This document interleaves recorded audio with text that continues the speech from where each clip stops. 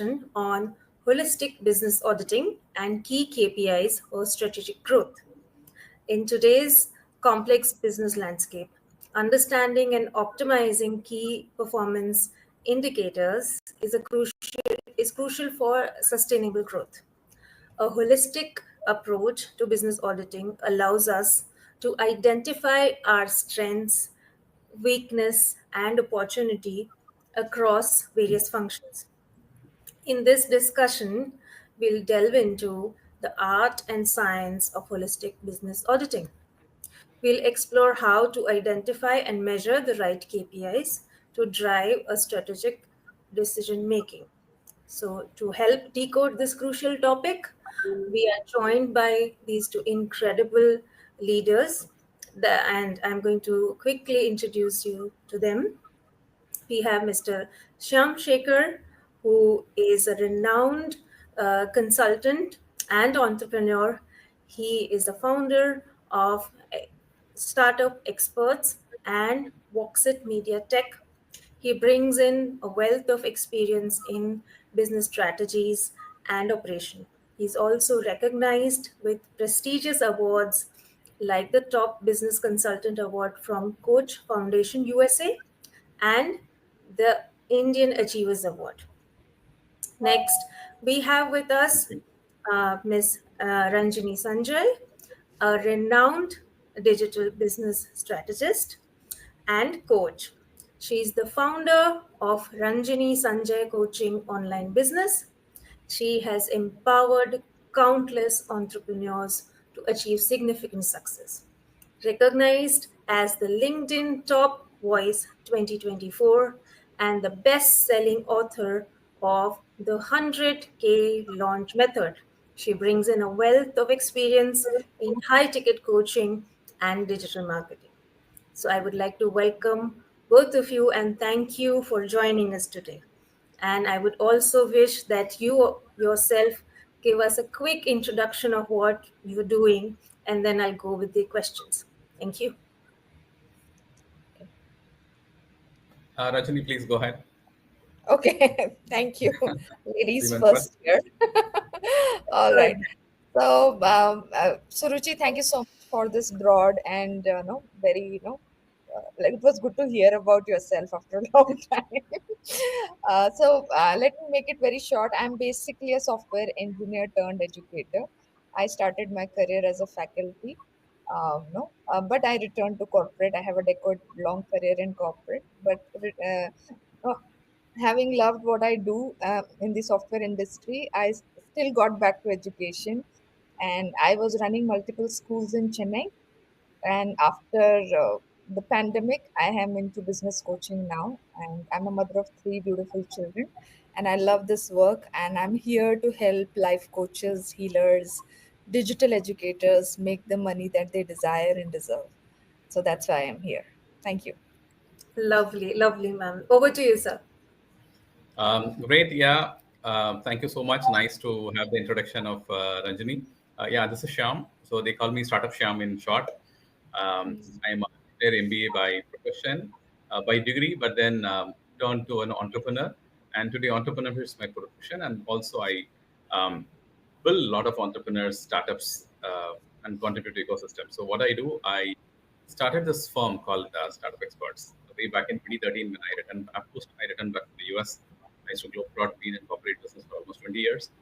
And then it's been a little more than a decade in the startup journey. Pretty exciting. Work with startup founders, small and medium enterprises to kickstart their businesses and scale up their revenue growth. I am also passionate in contributing to many ecosystems on the startup itself, right from being part of numerous IITs and various organizations, government initiatives, and the jury panel for many startup events as well. And besides that, I also run another startup entity. That's a podcast app platform called Voxit. And that's almost 5+ years, bootstrap, pretty organically growing, and so curated short audio talk. So yes, we have three founders on the Voxit, and I have Purnima. She is, of course, another woman co-founder, and I have Shakti, who is based out of Lucknow. And yeah, we are bootstrapping and building it up slowly. And yeah, happy to be part of this Women Circle. And let's get started. Lovely. Thank you so much, sir. Thank you, ma'am, for the quick introduction. So let's quickly let me delve into the questions that we have, specifically looking at KPIs. So my first question goes to Mr. Shekhar in terms of how can a business identify and measure the most impactful marketing KPIs to ensure effective brand positioning and customer acquisition. Okay, nice. So end of the day, businesses all needs growth, right? So when you look at the growth, there are certain elements that we need to look at tracking on a regular basis. And if you look at the KPIs, the key performance indicators, I would love to capture in on two sides. One, from an online footprint perspective, which is basically your websites, right? Then your online, which is typically the social media, right? And of course there are businesses that need not be online. They may be physical entities, shops and stuff like that. So I will try to break it down on three different dimensions. So on the first side, when you look at the websites, so when you look at the marketing metrics, for, you said one is the brand positioning, second is the customer acquisition, right? So brand positioning comes first, customer acquisition comes much later. So when you look at the website, of course, we track certain parameters like how many people actually visit the site, the unique visits in terms of how many new people are coming in, and repeat visitors and stuff like that. We also need to look at how many pages are being viewed. If you have multiple pages in the website, the bounce rate, how quickly they come back after seeing a particular page, and so many, and session duration, how long they stick to the website and stuff like that.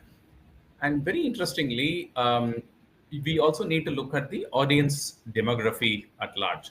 So, for example, I have had numerous experiences. So, rather than the textual interpretation of the KPIs, I also want to give some real life examples that we have experienced. And when you look at it in terms of visits, people might find it very interesting. I have great visits. We had a situation with one of the companies that I used to advise, and the metrics was it was an outsourced digital agency. From about 30, 40 visits to it moved to some 500, 600 visits. Looked very interesting. Then he asked me to take a review, look at it, and going through the stats at a high level look very nice. But when you go down, drill it down in detail as to where these visits have come from, because the audience was supposed to be the states in and around where the city, where the incorporation was. But then this had visits from Russia, Nigeria, and countries like that. So these are the so you need to understand meaningful metrics in terms of driving down, and not look at the traditional 3 4 parameters and finding out something is working and something is not working, right? So that's how you look at the website part of it. When you look at social media today, everybody is on socials. So typically everybody loves engagements, the shares, in terms of comments that you get in on the social media. Then your brand sentiments, your brand mentions, how many times where it has got mentioned all over. I think that we need to capture it. And of course, the KPIs will also vary with various business objectives, right? For example, when you run a campaign, it can be a brand awareness, right? Then you capture a different set of parameters in terms of how many people it reached, how effectively it got engaged, and stuff like that. When you look at lead generation, it's a little different. How many leads actually come in, and what kind of system? How do you capture it? What kind of conversions are you looking at it? So that's how broadly you look at it.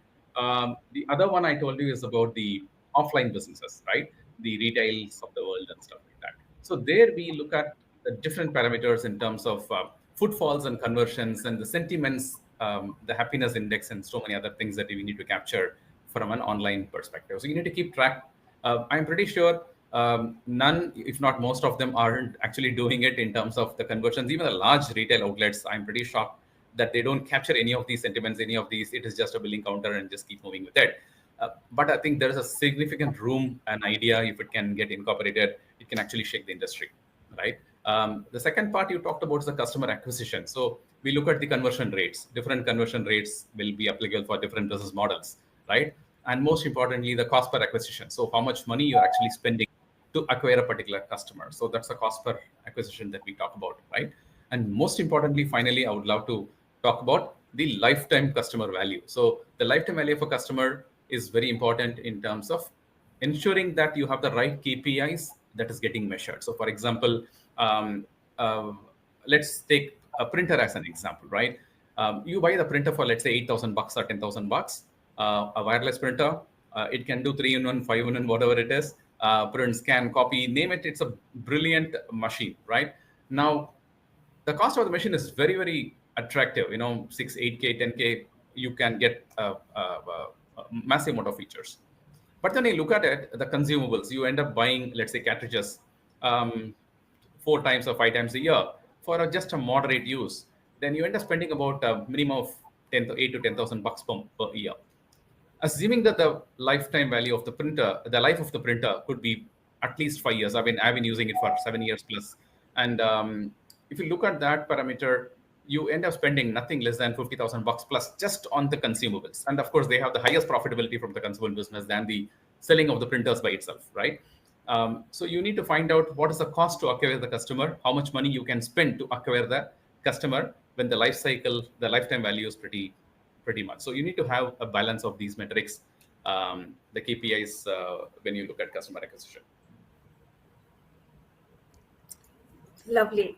That was, a lot of points to, take note of. And now I'll move to Ranjini ma'am with my next question. And as entrepreneurs, how can you effectively evaluate and choose the right marketing platforms to reach your targeting audience? And what are the key KPIs they should focus on to measure success in terms of business? Okay. So, thank you for this question, Suruchi. So, understanding your audience and getting the right people in your system, is something an entrepreneur must look forward to, because we really want people, who want to work with us, and we love serving them. It has to be, a two-way thing. So, definitely, as an entrepreneur, you or the founder, CEO, or the decision making authority of this brand, you must know who's your audience. So knowing your audience is the first thing.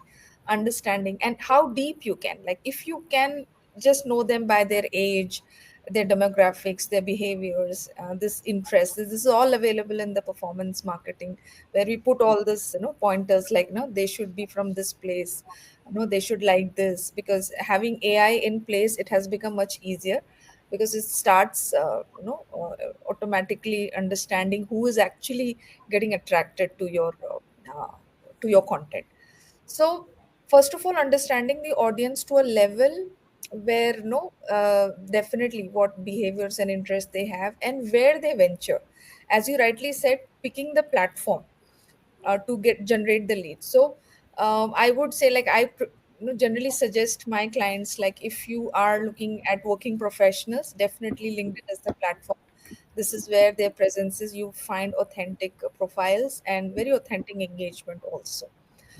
But if you are looking at, the youngsters, and the young people, then, and more of a general audience, who love entertainment with education, they like more of entertainment, and less of education, then you should go for Instagram. So what your audience likes. Even if it's a homemaker, if somebody who is in the interest of, consuming a lot of entertainment, then definitely Instagram would be one platform where you can create content that attracts that attention. And Facebook, I would say, everybody has a, in general, in social media, everybody has a Facebook profile. So it's a very generalized audience, that you can target when it comes to, like, like, when it comes to product based kind of, servicing, that you can do a generalized marketing on a Facebook platform. And one more, I would say, YouTube. YouTube is for those, definitely students, young kids, are they consume a lot of content. Like, I see my children glued to YouTube videos. But as a business owner, you can use this platform for having long form content. So Instagram, the reels are the one that catches the, eyeballs, and LinkedIn is more about the, content, the quality of content, that you write, the articles that you have. But YouTube is where, as an entrepreneur, you can build that long form content and maybe create a huge following for you. So YouTube could be identified as that. So this would be something I recommend people, but definitely there could be tests that you can run around your content. And knowing your audience to a level, like what are they doing right now, like evening time, morning time, and then creating content relevant to that will make it more engaging. So this is what I consider knowing your customer deeply, as if you know yourself, would be a great place to start. Thank you. Lovely, lovely. I think, a lot of people talk about your customer avatars and all those things and delve into all these things. And I hope this will help people, segregate that even deeper. Lovely. Moving on, I will go back to Shekhar sir with the next question. And uh, as businesses, we look at sales. So what are the key sales KPI that a business must monitor to, like, track your performance and your growth and efficiency? Okay. When it comes to sales, it is purely numbers, numbers, and numbers, right? So, end of the day, sales is measured by the revenue that they actually bring into the company. That's pretty much well known. But every company needs it. But then, how do you actually achieve it? So, we are talking about how do you build in those metrics and KPIs to find out what works and what doesn't work. So, typically, when you look at sales, you are having a pipeline system, right? A pipeline, a funnel system, people call it as. So you have a lot of prospects. Then we segregate them into multiple parameters in the funnel in terms of the hot, warm, cold scenarios, right? And then finally, what comes through the pipe is the pipeline that you actually end up building it, right? So having said that, we need to have different kind of parameters, metrics for various sales professionals. Say, for example, there are feet on street sales professionals. There are, I would call those hands-on phone professionals, people who and back-end sales and stuff like that, versus a sales manager, right? Who has a larger, different kind of a role when they physically meet and or even over the phone, remotely close deals and stuff like that. So when you look at the feet on street on hands on phones, how many calls they attended, how many people they were able to connect with, what has been their hit rates, and what has been their conversion and stuff like that. It's a pretty much a straight fit kind of a number.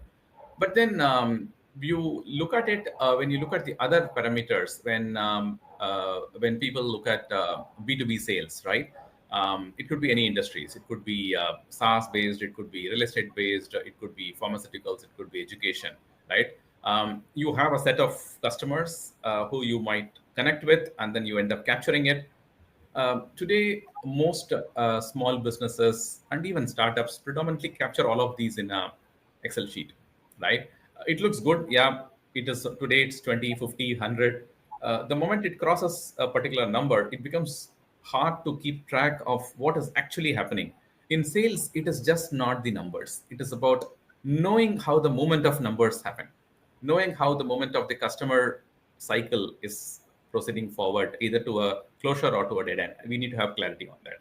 Unless and until we have those specific clarity in terms of the movement, it becomes very difficult to, not by just monitoring numbers you can achieve it. It becomes difficult to find what works and how to fine tune those numbers, so to say. So I typically advocate a CRM kind of a tool to use, to that can actually bring in better productivity, better efficiency into the process, and more importantly, the transparency. So you exactly know what's happening, right? I can talk about something had come up in between.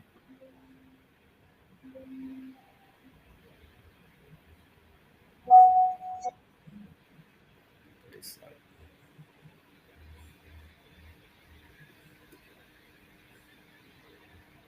the system hang. Just give me a second.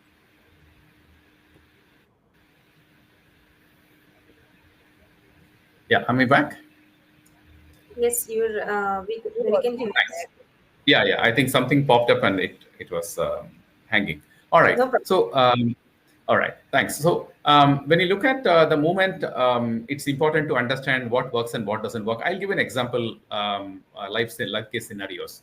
Um, there are firms that used to track it on an Excel form. So as a business advisor, when we jumped in, um, the first thing to look at, the sheets in terms of progress. Okay, fine. So X customer, X due date, X revenues committed, and percentage of possibility to close 20%, 50%, 80%, whatever it is. So you see some numbers, and over a period of time, they were not able to close. They said, we have a great pipeline, but never gets closed. So I said, Excel is probably not the right thing to do. The first thing to do, it was to shift everything into the CRM based system.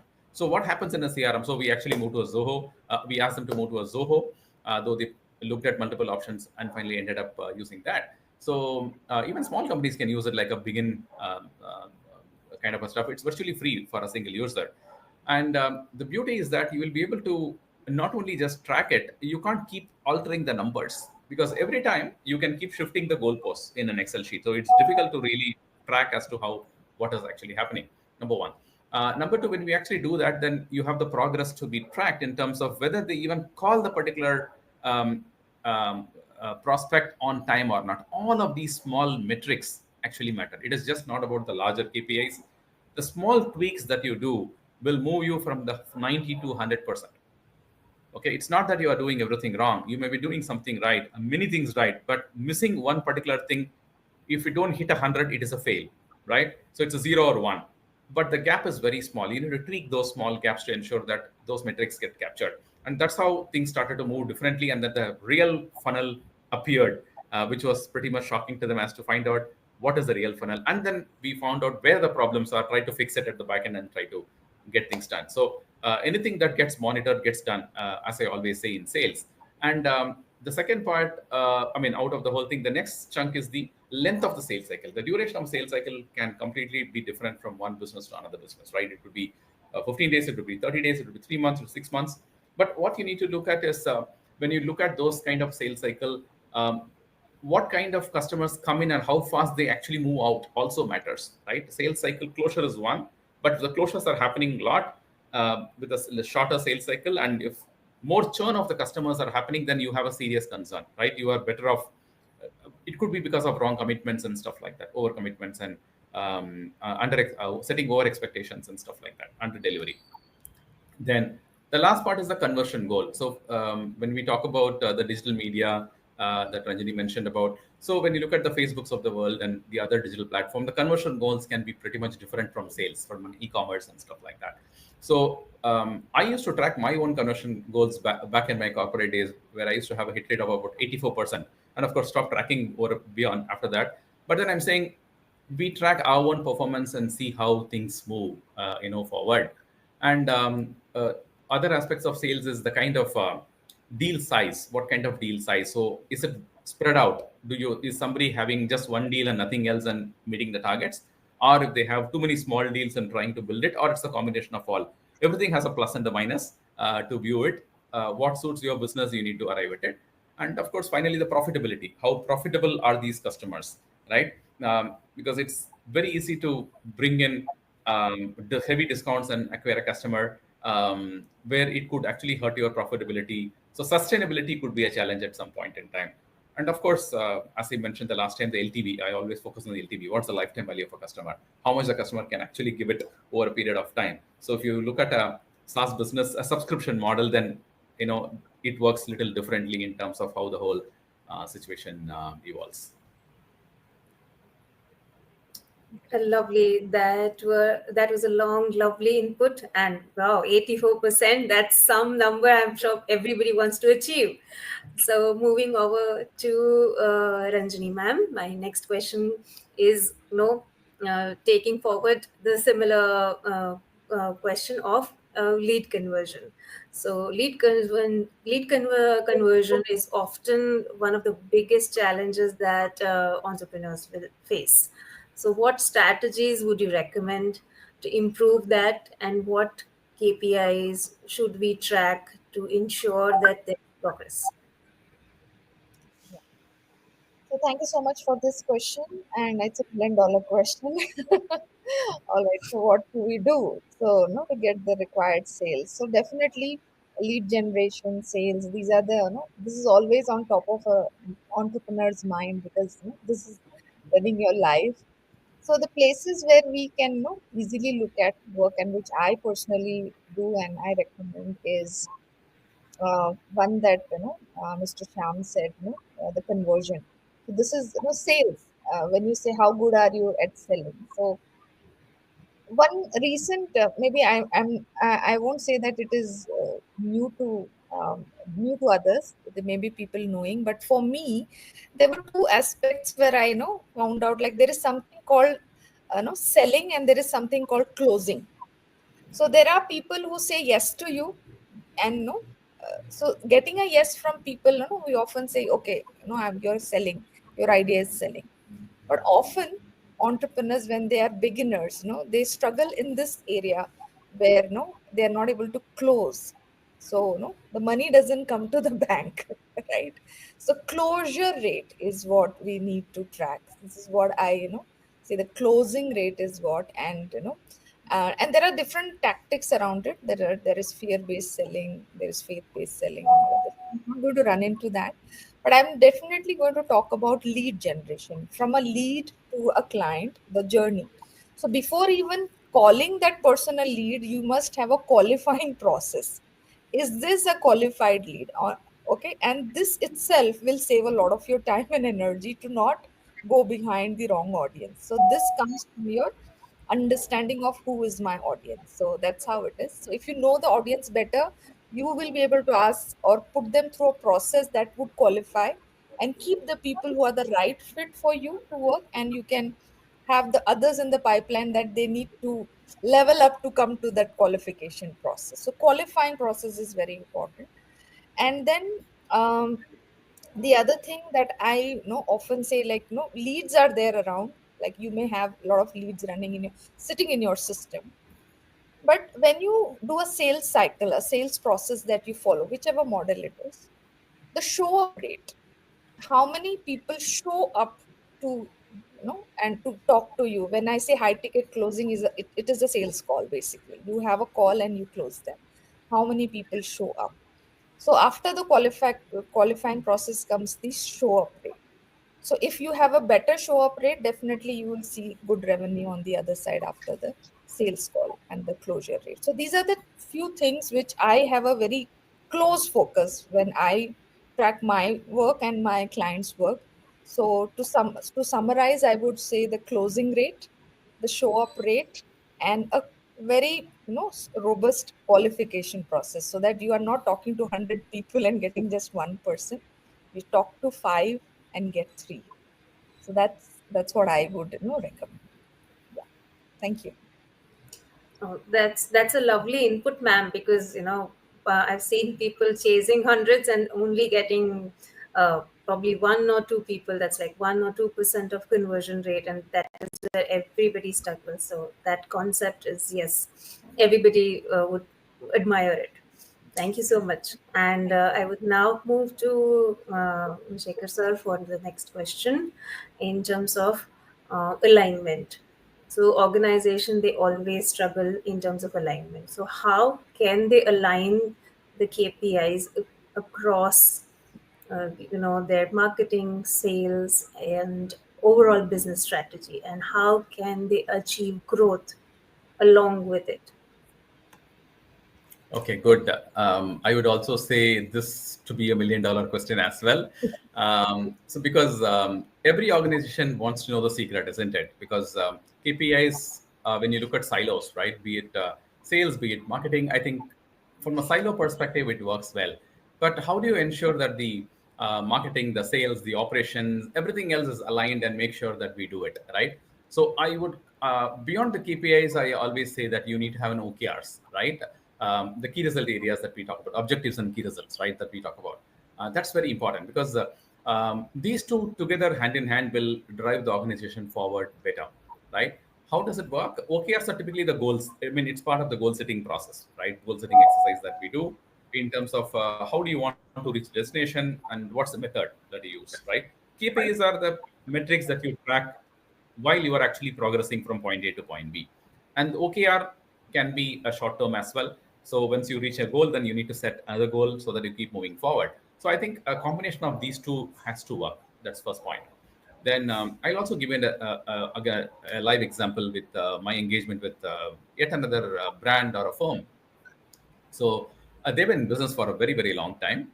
But then at some point in time, as a business advisor, as a virtual CMO, right, virtual CXO, when we took role and looked at it, the numbers individually looked interesting.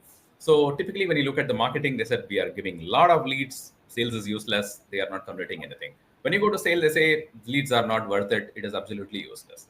Then we go to operations. Then again, blame comes on sales. They commit a lot. We are unable to deliver and things like that. So there are gaps. So who's right? Who's wrong? Wait, that's a $1 million question. So you need to look at with different lenses. And what we figured out is there is fact in every one of the statements, and there is a gap in every one of those statements or every one of those business lines. So when you look at the gaps, um, from a marketing perspective, leads are coming in.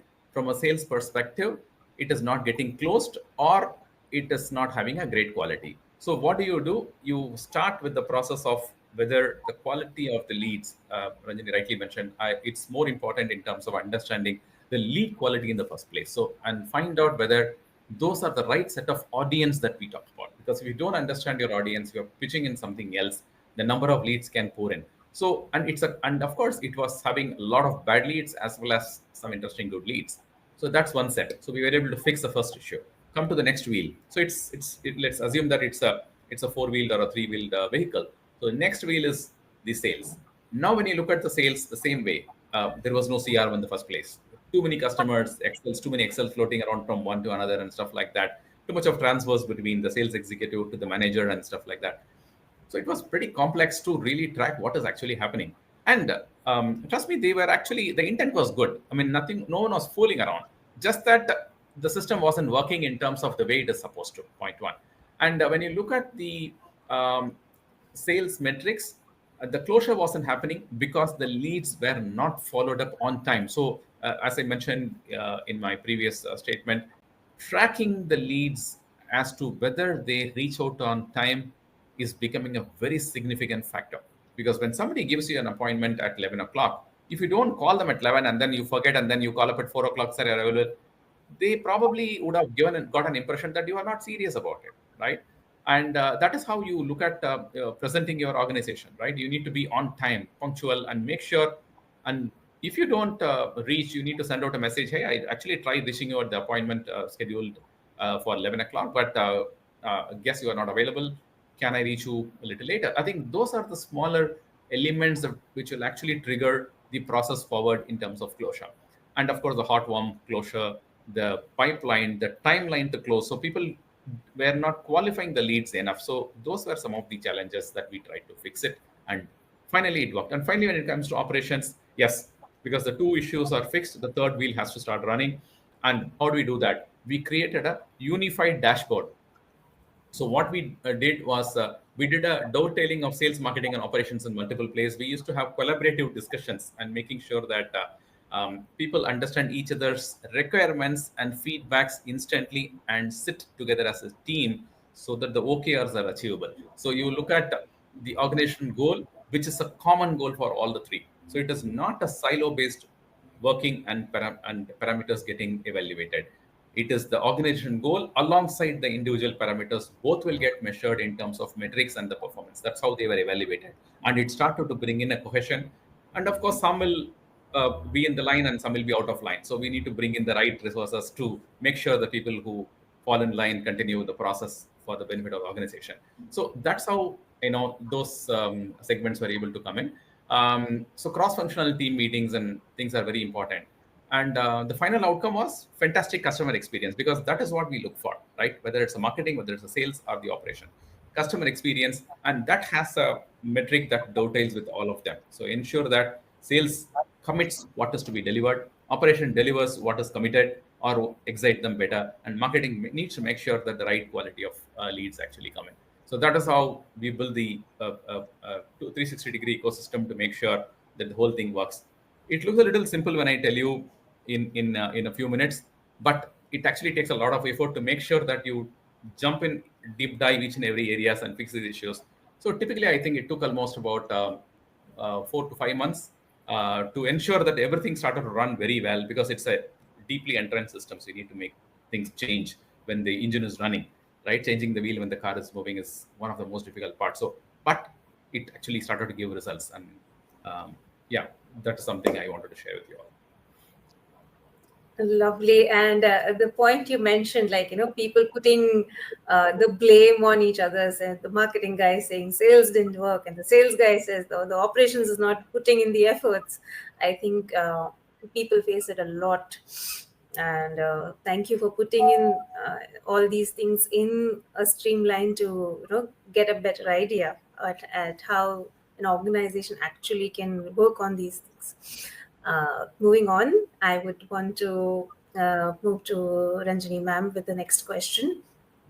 And my question is what steps would you advise the business owners or entrepreneurs to take to secure their first 100 customers effectively? Yeah. So, Suruchi, I would like you to repeat the question. I know you just froze for a minute.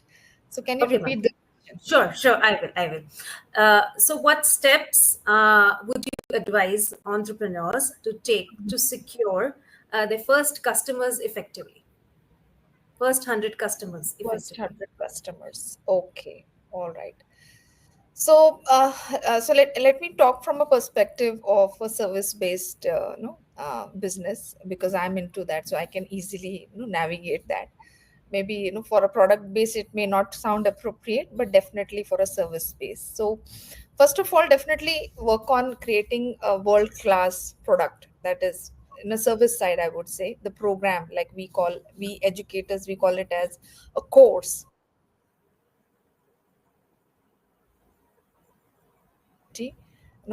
program, and that can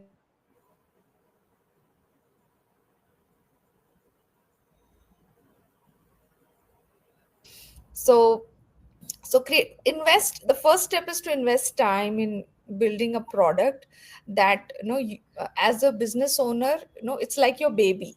When I tell my clients like how you grow this business, business is more around profits, revenues, numbers, and analytics and data and tracking. But for me, for me, this business is like my baby. So the conception, the idea, the whole philosophy around nurturing and building a brand is something that I conceive as a founder of this organization. Okay, so build amazing products and services.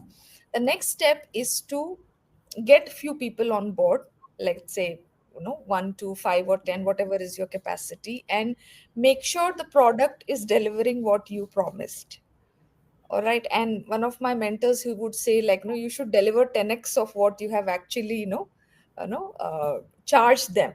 So the value should be like 10x when they, they receive the deliverables. So deliver it, delivery part. So you are delivering more than you are promising. You should have a standard like that.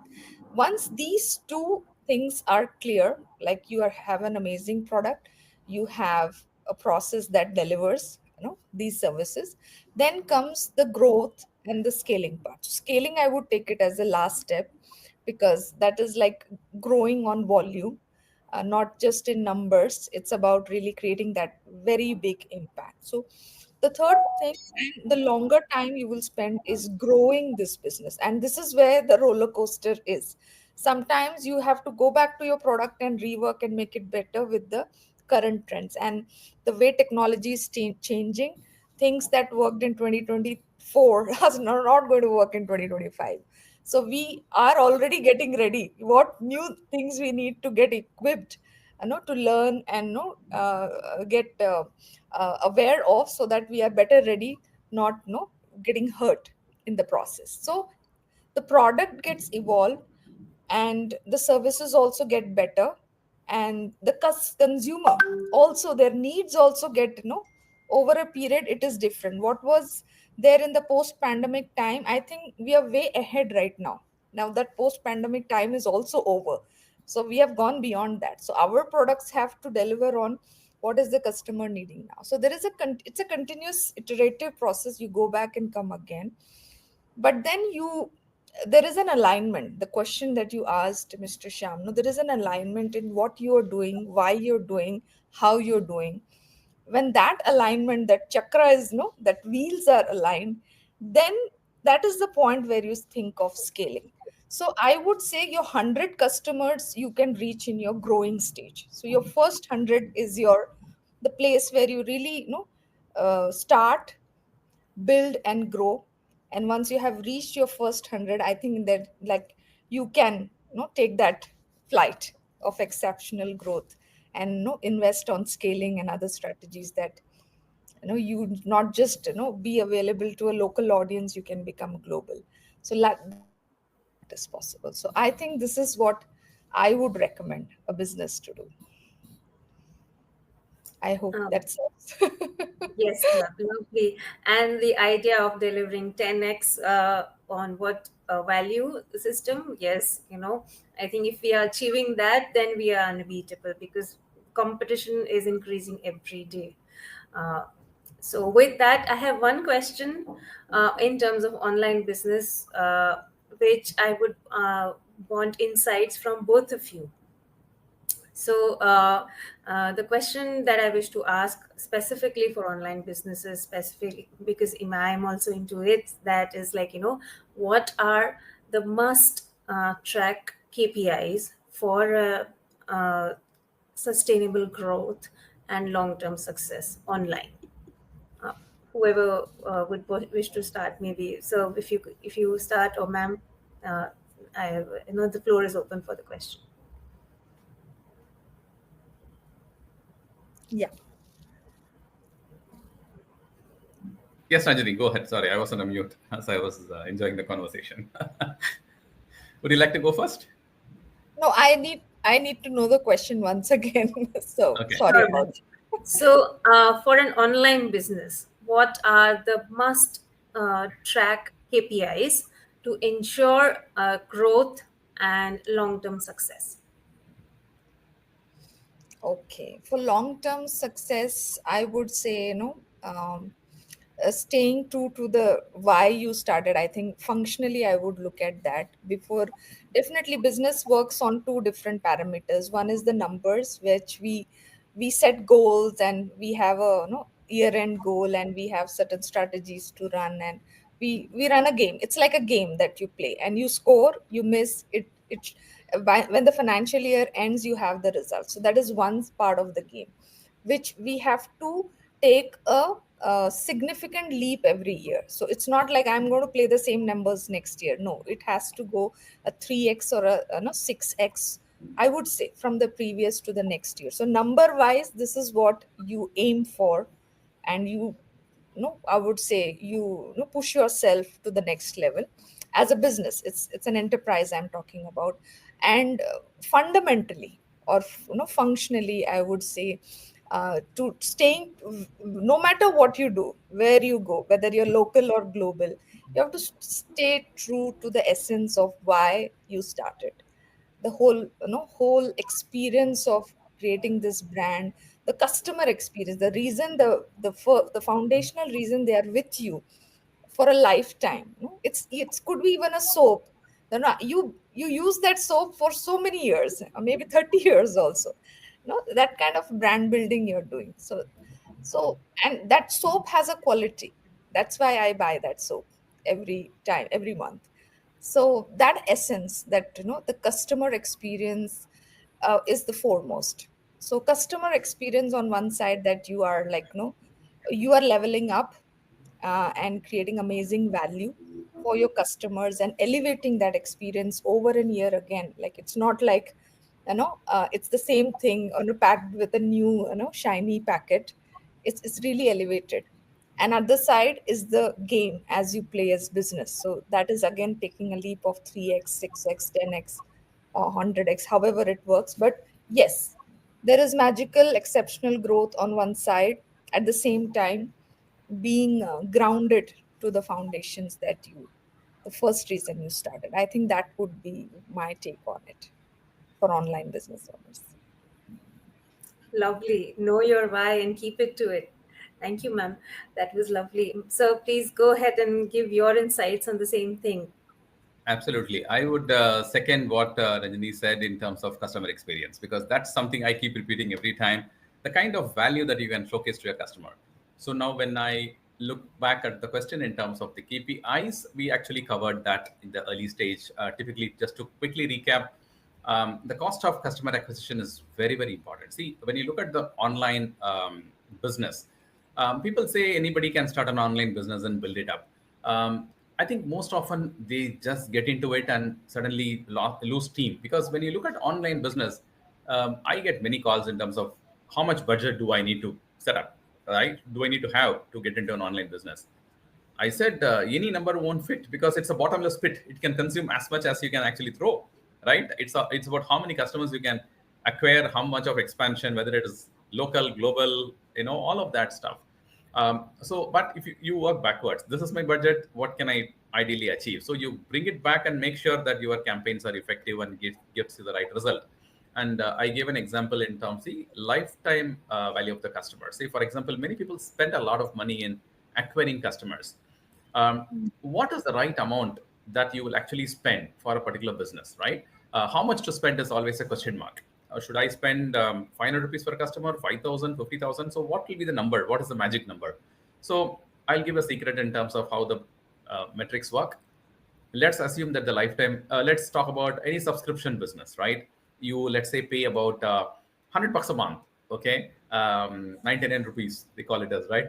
Buy this for 99 bucks and stuff like that. So assuming that the customer will stay for, let's say, at least 1 year, just take an example, then you end up getting about 1,200 bucks for the customer, right? That's the revenue that you get it. So assuming that the operation cost and the things are about 50% or whatever it is, then your customer acquisition should be less than 500 bucks, right? That's the yardstick. Okay, I'm just giving a very, very high level, but these numbers need to be broken down and find out whether 200 is the right number, 100 is the right number, or 300 is the right number. But I'm saying you need to understand the LTV before you look at the CAC, customer acquisition cost. That's the number one parameter that you look at it. Then the smaller aspects that I talked about in terms of the metrics that we talk about, the engagements, the leads, the quality of the leads. In fact, people talk about cost per lead, CPL, in digital world, right? CPL is very, very famous, cost per lead. I say I really don't care.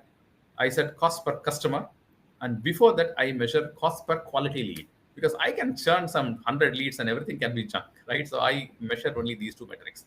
For me, cost per quality lead and cost per customer, how many customers are actually acquired for what money that is being spent. So those are two metrics that I track. And most importantly, you talk about the customer experience, right? We also need to understand the stickiness of the customer who actually come in and be with you.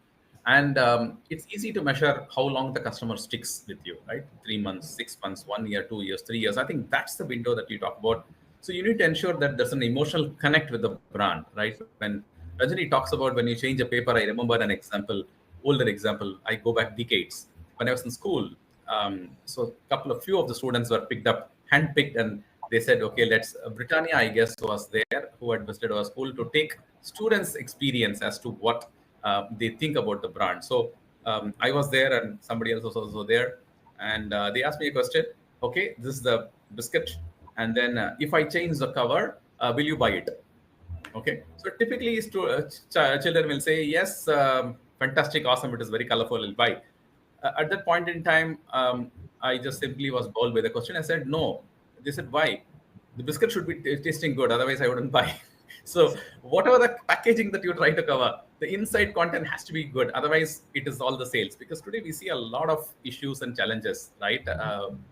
Be it online or even the businesses that drives the purchases through online mode and physically sell it, offline kind of scenarios. And customer experiences are really turning very bad. So the sentiments, the negative things goes very, very fast. It's viral, right? You see a lot of videos that goes, especially when the product is not good and people end up breaking it and a lot of issues happen. But good things don't travel very fast, right? Just there's the news, right? So it takes time. But for that to happen, the customer has to become and there should be a customer advocacy that has to happen. So how many customers actually refer somebody else? That will be one of the parameters or metrics to find out how each and everyone is. If you're happy, then you will recommend a few more people. I think that is one more metrics that you should find out rather than going behind always with a big fishing net and then trying to catch the fishes and then find out which is good, which is bad. But I think you will save a lot of money if you actually ensure that you take care of your customers and they will actually bring in more customers to your fold. I think that's one parameter I thought people should focus on. Yes, I agree. Lovely, lovely. Those were some insights, especially like, not just acquiring new customers, but actually keeping them for long with your business. With that, I would like for both of you to give us your last insights as we are wrapping up the session. And I would like to thank you both for being here and giving us such invaluable insights that can, practically be looked at as well as business owners, and also help us look at what to measure and what to, like, deep dive into. So, Ranjini ma'am, if you could give us a few Thank you. parting notes, and then we'll go to sir. Yes, I am really grateful to Visionary Women's Circle and Vido to have me here, invite me for this amazing session. And Mr. Sham, thank you so much for sharing the screen with me and sharing your experience. And even I could learn a lot from you. So thank you so much. And thank you, Suruchi, for giving this moderation and acknowledging what we said. That's an appreciation, and I'm really happy that I could get a space where I can share my thoughts, share my views and my perspective about building and growing a legacy business, because no, we have business hurts many people because when it fails it hurts. And money is a resource that creating wealth, I would say, I won't say money, creating wealth is a mindset that we entrepreneurs as a culture we are bringing through our work. And with this,